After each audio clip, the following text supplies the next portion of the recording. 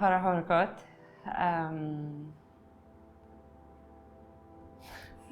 Yes.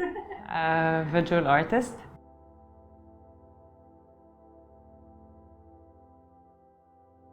مش بحس ان في ناس كتير ممكن تحط الافورت كفايه ان هم يعرفوا knowledge عن ازاي ينفع يتفرجوا على فن بصري، يعني paintings و conceptual based و installations و الميديوم ده نفسه ما بحسش انه واخد حقه في مصر.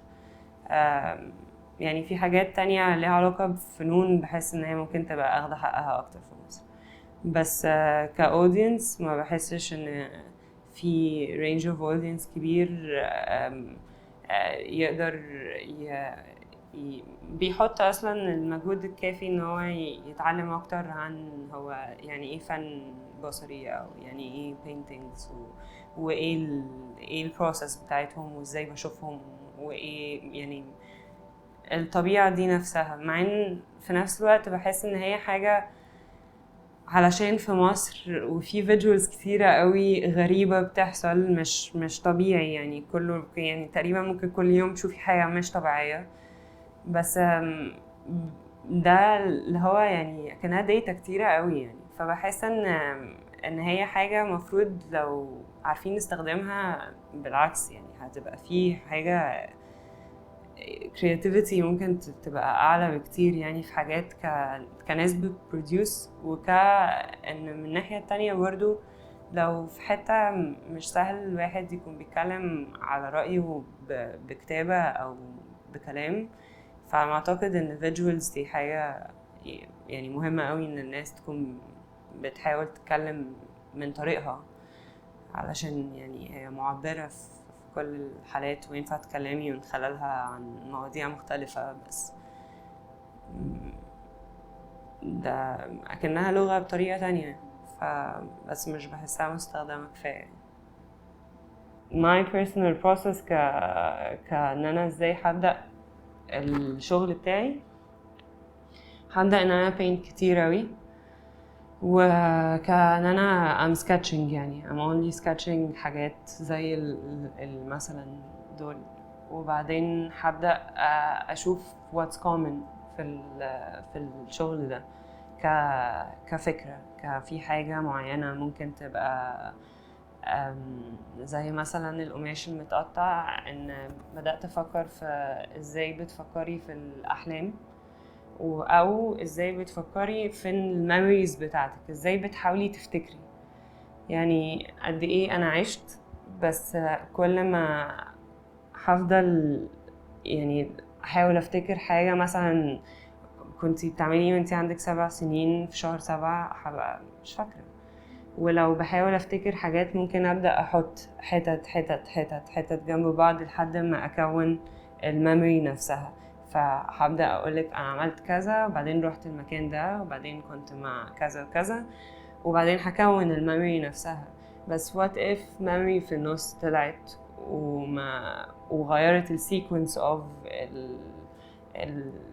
الحتت اللي انتي فاكراها من الذكرى دي، ممكن تغير كل الذكرى نفسها، ممكن تخليها من ذكرى وحشة لذكرى حلوة، ممكن تخليها من حلوة لأن هي في الآخر كان فيها عصبية، أيا كان ممكن تكون حاجة لو افتكرتيها في النص ممكن تغير الترتيب الحقيقي، وممكن ما تبقاش لها علاقة بإحساس، ممكن يبقى لها علاقة بفعل، يعني لو حاجة حصلت وبعدين افتكرتيها تغير لك قرارك في انك تعملي حاجة بعديها. فكان بالنسبة لي ازاي كنت مركزة على فكرة ازاي بحاول افتكر، وبالنسبة لي القماش المتقطع ان انا اكولاج الحتت دي وابدأ احطها في بعض بطريقة مختلفة، اسيب سبيسز ما بينهم ولا stitch them في بعض، ولا ممكن احطهم ببنز علشان يتشالوا بالبن يروحوا يتحطوا في حتة تانية، فلما يتحطوا في حتة تانية انا كده غيرت السيكونس فغيرت الناريتيف بتاع القصة. I think ان انا بطبيعتي interested اوي في ان انا observe كل حاجة بتحصل حواليا واكون بتفرج، فبحس ان انا ممكن اكون قاعدة في مكان وابدأ اشوف الناس بتتصرف ازاي، وابقى بالنسبة لي ابدأ اسأل اسئلة اكتر، احاول اكون يعني اخترع سيناريوز مختلفة ممكن اتخيلهم، اتعاطف بيهم، اغير، احاول اغير عن بس ان انا اكون اللي هو انتي شفتي الحتة الصغيرة دي فما تعرفيش اي حاجة تانية. فعادي ممكن ابقى ماشية قاعدة في العربية، هبص في عربية جنبي واتخيل ده جاي منين رايح فين ويومه عامل ازاي، طب هو متعصب، طب هو مش متعصب. فممكن اقعد اتفرج كتير، وبحس طبعا ان انا هقعد observe طبعا اكتر عن حاجات بتحصل برا.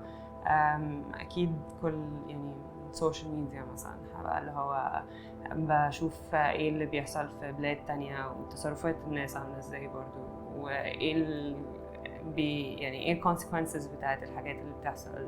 بحس ان على طول بسبب فكرة اصلا ان انا بيبقى موضوع عن الانسان، فان هو على طول حاجة متغيرة ما ينفعش تبقى ثابتة. يعني الفاكتورز بتتغير بتاعت اي موقف بيحصل لا يمكن يبقى زي اللي قبله بالظبط، بسبب المكان، بسبب الوقت، بسبب انه مش في نفس الدقيقة والثانية واللحظة، بسبب كل حاجة. وده سبب من اسباب ان الحاجة كلها على طول في شغلي بتكون متقطعة ومش خلصانة وما فيهاش فاينل كحاجة. فانا ما اعرفش انا ليه بقعد observe كل ده، يعني هي انا بس بلاقي نفسي هو ده اللي راسي قاعده بتفكر فيه.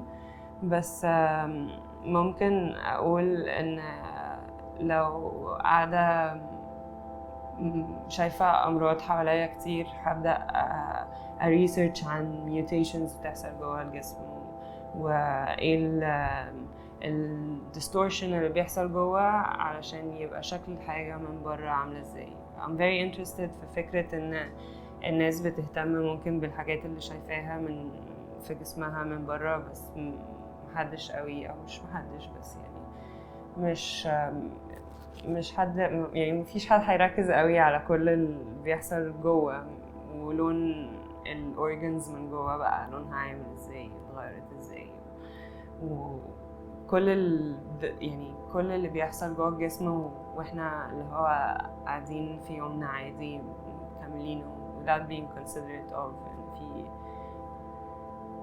حاجة بتحصل جوه.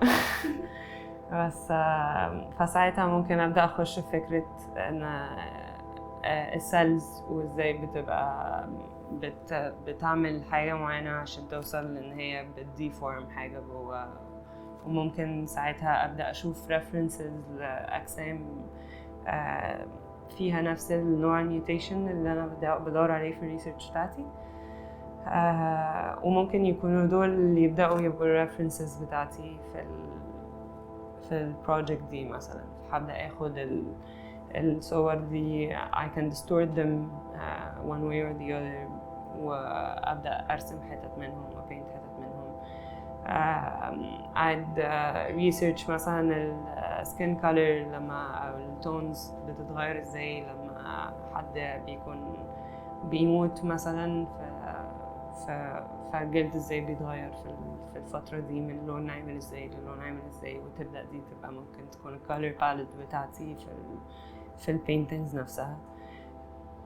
انا في حاجات تانية ما بعرفش اعبر عن نفسي بيها خالص، يعني انا مش بعرف اعبر ثرو ان انا اكتب، و ممكن احب اتكلم، بس اتكلم مع حد conversations، بس I think ان بصراحة يعني بحس ان انا لو في الاستوديو وكل الفيجوالز اللي انا I'm perceiving في حياتي في يومي، ان كان بقى في الشارع، في البيت، في حاجات تاني من على السوشيال ميديا بتحصل، حاجات سمعتها من حتت، في الاول وفي الاخر الحاجات دي بتبقى لو بسبب ان I'm observing كتير ساعات بتبقى اللي هو زيادة قوي في راسي. فبحس ان ان في حاجة انا مش عارفة، بس when I paint بحس ان في حاجة بتكون sensitive كده بتطلع حتى لو الحاجة نفسها صعبة. وبحس ان الحاجة بتريحني، يعني لو ليه بعمل فيجوالز عشان نفسي. process بيبقى بجد هو فضول وقاعدة بشوف أكتر أسئلة محتاجة أقعد أجاوب عليها. فقاعدة بكتب على جوجل، طيب والسؤال اللي بعده أشوف ناس بتتكلم عن الموضوع ازاي، طب الناس دي عايشة فين وسنها كام.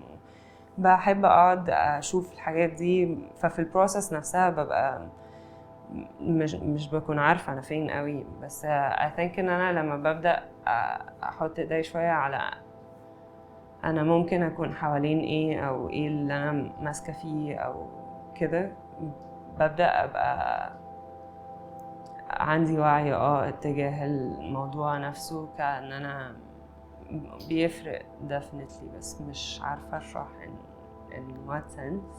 زي مثلا الثيسس لما موضوع هي كانت على dehumanization وعلى فكرة الإنسانية وفكرة إيه أكتر بيخليكي more of a human or less of a human أو I think إن دي حاجة هتكون أثرت فيا لما خلصتها أو لما اشتغلت عليها، هتكون خلتني أبقى اللي هو بفكر أكتر في الرياكشن بتاعي، فرد فعلي. فأنا ممكن أكون بحاول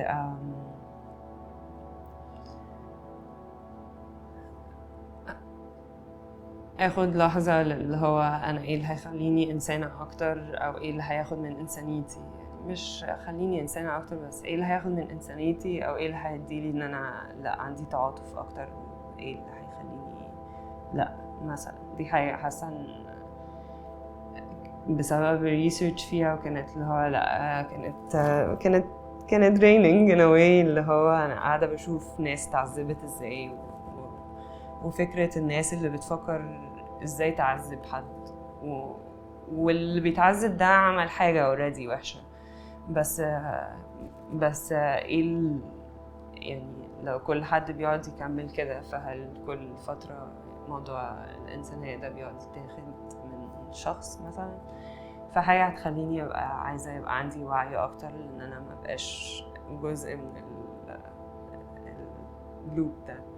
في الأول هي بتبدأ بإن أنا قاعدة بشوف فيجوالز وبقعد أسيف كل الحاجات اللي بالنسبة لي interesting. أي حاجة بشوفها حاسة إن هي إيه ده هسيفت، وبعدين ببدأ أبص على هو أنا الفترة اللي فاتت قاعدة بسيف إيه، قاعدة إيه الحاجات اللي بتخليني أقف وأبص عليها، أيا كان بقى إيه اللي بصوره، إيه اللي ممكن أكتب نوت عنه، أو إيه اللي ممكن أسيف على من جوجل أو بنترست أو حاجة. وبعدين هبدأ أو من artists تانيين هبدأ أشوف شغلهم، شغل ناس تانية، واللي هو الشغل ده عجبني، الشغل ده عجبني، مش شغل كله بس حاجات in particular.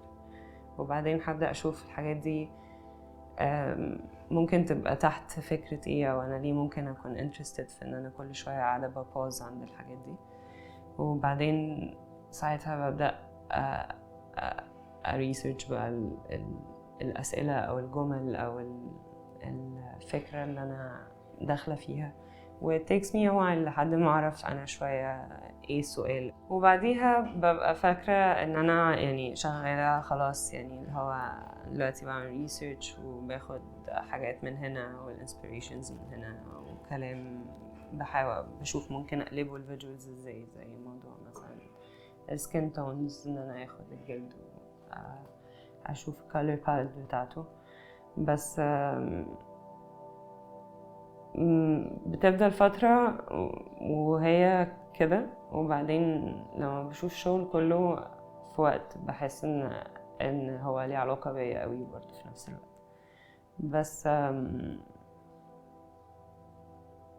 بس حاسة أنا بدأت أستوعب شوية فكرة إن أكيد ليه علاقة بيا يعني in a way اللي هو في حاجات بتخليني أبقى interested في حاجات معينة، فبالتالي هتبقى ده الحاجات اللي قاعدة بفكر فيها. فهي تبقى شوية ليها علاقة بيا وشوية تبقى ليها علاقة بالبروسس بتاعت الريسيرش نفسها. بيبقى في يوم كده في الاستوديو لما الشغل يكون خلاص أنا محتاجة أسبمت الشغل، ويبقى استوديو زحمة وشغل كتير وببص عليه كده ويبقى اللي هو مش بحس ان هو بجد مراية قوي، يعني بيبقى اللي هو حاجات ممكن ما بقاش ببقى شايفة قوي انا ممكن اكونكت للشغل ده ازاي on a personal level. ليه ممكن اكون فكرت في الفكرة دي، ليه ايه اللي خلاني ابقى بفكر بالطريقة دي، بيتريجر كده ان انا لو متجاهلة حاجة ببقى ما ينفعش اتجاهلها خلاص. بس لما الشغل ده كشغل بيخلص بحس ان انا يعني فاضية مش فاضية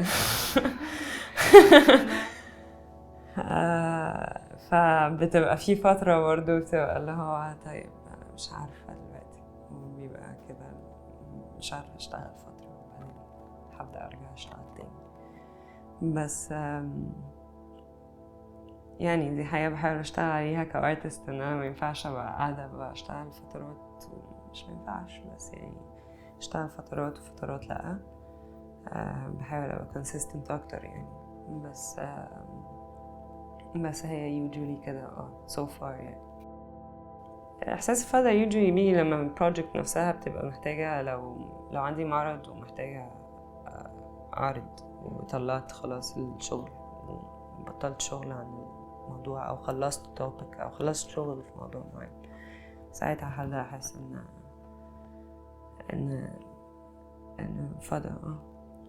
هي مش بتكون هي اصلا انا مش بحس ان يعني على طول ممكن اشوف كونكشن ما بين سيريز والتانية، لان هما في الاول في الاخر تحت نفس السبجكت اللي هو الانسان. حتى لو بحاول اشوف ان انا paint او اشتغل على perspectives مختلفة و creatures مختلفة او اي حاجة، في الاول في الاخر ليها علاقة برضو بالlimitations بتاعتي كإنسانة، واخري هقدر imagine ايه افكر ايه او اعمل ايه. بحس بطريقة وبتانية هي بتفضل حوالين نفس الموضوع. لما بخلص حاجة ببقى عارفة ان انا لسه هكمل فيها وبعدين هتevolve بطريقة وتبقى في حاجة تانية. فبحس ان انا لما بخلص project بتبقى بالنسبة لي هي خلصت for now، بس هي بحسها كأنها واحدة كبيرة يعني. بصحى الصبح بحب اروح اسمها ايه، اسقي زرع بحب اروح اسقي زرع. ساعات بحب ازرع. بحب اخد اول وقت في الصبح ده للزرع اول حاجة، وبعدين make sure ان انا لما اخش استوديو مش هبقى محتاجة اطلع منه، فهاخد معايا كل حاجة هحتاجها. ساعات بكون عايزة اسمع مزيكا، ساعات مش بكون عايزة اسمع مزيكا. ساعات لو الصبح بدري والشمس داخلة هبقى عايزة افضل في ده. الصبح دايما ببقى لاقية نفسي قاعدة بسكتش وقاعدة بلف حوالين المكان وقاعدة شوية بريسيرش حاجات. ممكن افتح كتاب اخد منه حتت. ببقى بس محتاجة كده كأني اخش شويه في اللي انا بعمله تاني. ساعات بيكون احساسي ان انا عايزه ابقى انتمت قوي في الطريقه اللي I'm painting بيها، وببقى عايزه ورق صغير وفرش صغيره وبس قاعده ومركزه في ديتيلز صغيره. وساعات بكون حاسه ان انا عايزه اتحرك، وساعتها بيكون انا عايزه قماش كبير او عايزه كانفاس كبير وعايزه احط بينت يعني على الكانفاس بفرش كبيره. وبعد كده ببدأ أشوف الكانفاس نفسها بقت عاملة ازاي لما باخد الموفمنت بتاعت ان انا عايزة احط البينت بفرشة كبيرة على الكانفاس، وبشوف البرسبكتيف أبدأ أزود عليه. ممكن أزود خط وأبدأ أشوف ممكن المكان ده يكون عامل ازاي، أتخيل حاجة أتخيل عكسها، أتخيل ممكن أخد حاجات من الورق التلك من اللي اوريدي رسمة عليه سكتشز من الصبح، وأبدأ أحطها بينتينج وأحس المقاس ده أو هيخلي البرسبكتيف عامل ازاي. هقعد ألعب بتكنيكس في نفس الوقت، وكلهم somehow مش كلهم طبعا في نفس البينتينج، بس ببدأ أدخلهم بطريقة أو تانية مع بعض. عشان كده بحب الحاجات الشفافة أو الحاجات القماش المتقطعة، عشان ينفع أغير، فينفع تخليني أغير البرسبكتيف بتاعت الحاجة وتخيل حاجات تانية. لو الاستوديو زحمة وفي شغل كتير وانا حاسة ان الشغل ده محدش بيشوفه، ساعات بتبقى بحس ان انا مخنوقة، بس ليها علاقة بخنقة ان انا عايزة اشتغل على حاجة تانية، فانا عايزة let go of اللي انا اشتغلت عليه. بس هل انا هكون بعمل ده علشان الناس تشوفه ولا علشان نفسي برضو؟ لا، هو يعني حاجة بعملها عشان نفسي، عشان ما اعتقدش ان انا معظم الحاجات اللي اشتغلت عليها كنت يعني اصلا محدش شافها، فبالنسبة لي هي حاجة ليا يعني. ممكن الحاجات اللي بشتغل فيها كميديمز تانية هتكون فيديوغرافي واوديو. بحب ريكورد قوي، وعندي يعني I'm building an archive وبقاله كذا سنة، بس ما استخدمتوش إلا a few times في كام فيديو، برضو ما عرضتش الفيديوز. بس هو ليهم علاقة تاني بكل المواضيع دي. I think ان انا again هفضل تحت التوبيك بتاع الانسان، بس ما اعتقدش ان انا هبقى restricted ل certain medium او طريقة معينة ان انا افضل بيها، او مش عايزة افضل اعمل كده. بس دوري كارتست ان انا قد ايه produce انا الشغل اللي انا عايزة produce، ولا produce الشغل اللي المفروض من وجهة نظري اللي شايفة ان ممكن ابقى عندي حاجة ينفع من خلالها اتكلم مع الناس فيها، وده دوري في مجتمع يعني. بس بحس ان انا مش عايزة استغنى عن واحدة فيهم بصراحة يعني، متخيلة ان انا هبقى عايزة اعمل ده وده، بس يعني لسه بفكر it out برضه. بحس ان ممكن حد يعني يبقى بيتساءل برضه نفس الأسئلة، أو ممكن أحب أخلي حد يكون يسأل أسئلة. أجل ممكن تبقى ليها علاقة قوي بطبيعته كإنسان، كفيور، كحد بيشوف الفيجوالز دي.